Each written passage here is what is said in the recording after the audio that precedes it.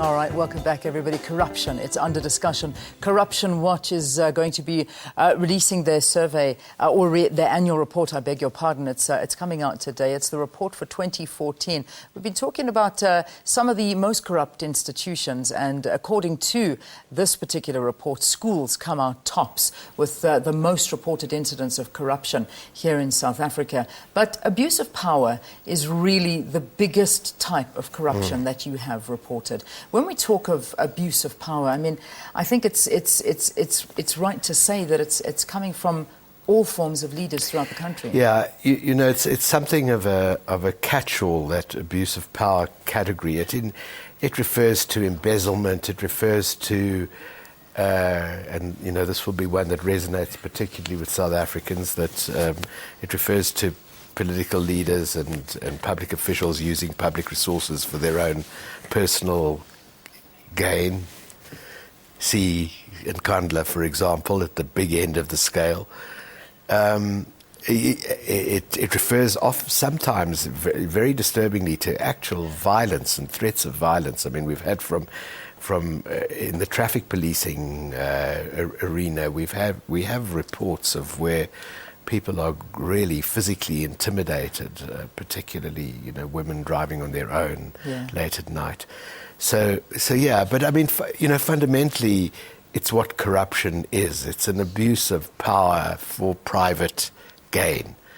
And so that category refers to a lot of different kinds of acts, but fundamentally, you're right that this is really what it's all about. It's abuse of power and abuse of resources, and you abuse resources by abusing your power over those resources. There's a definition that's given here, quoting you, saying the situation is really dire when it comes to corruption. While we have an impressive array of laws and institutions dedicated to combating corruption, the reality is many of our leaders act with absolute impunity. Can I elaborate on that? Well, you know, we have an impressive range of laws. We don't have such an impressive range of institutions. We have many institutions. But in fact, the laws are not enforced and the institutions are compromised. And that's not surprising. When you have political leaders who have reason to fear the law and who have reasons to fear the institutions of the law, you can be damn sure that those will be the first institutions to be compromised. And that's exactly what is happening. You know, I think in a strong sense, the two most serious problems facing the combating of corruption are the impunity displayed by certain leaders and the enormously compromised position of the law enforcement authorities and the prosecutorial authorities. I mean, these are the most distressing, intractable aspects in the fight against corruption. You know, otherwise, on some fronts, I think there's a sign of concern amongst public officials, government leaders, the public certainly, but these two are very, very huge problems. Okay, let's try and find the positives in this. I'm trying. I'm not sure if we can. Yeah, but no, we can. Where are we going with all of this? I mean, 3 years in, this is how long your organization's been going. A lot of findings. Are we making any progress?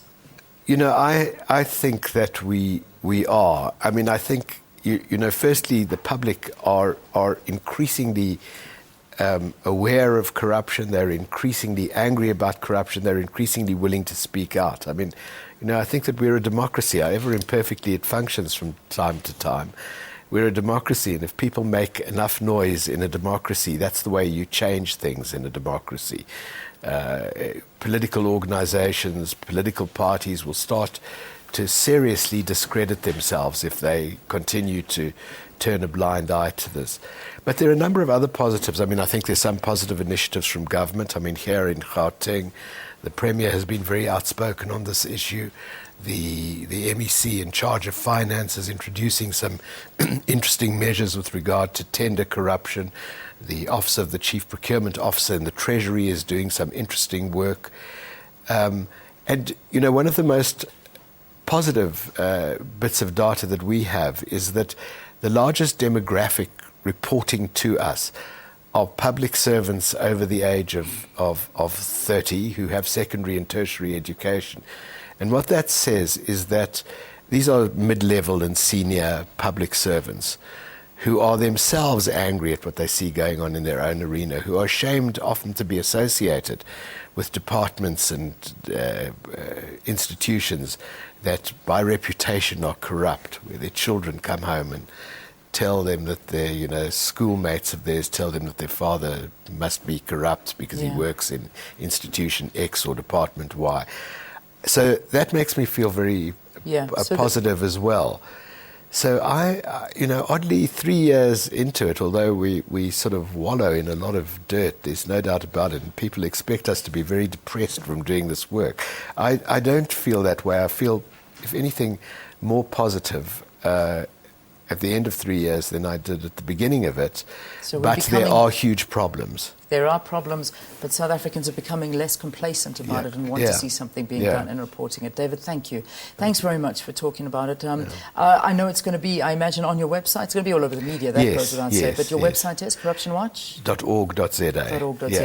Get onto the website. You can read this the report for 2014 for yourself and see what those findings are. And David, of course, is the Executive Director for Corruption Watch. Let's take a break. When we return,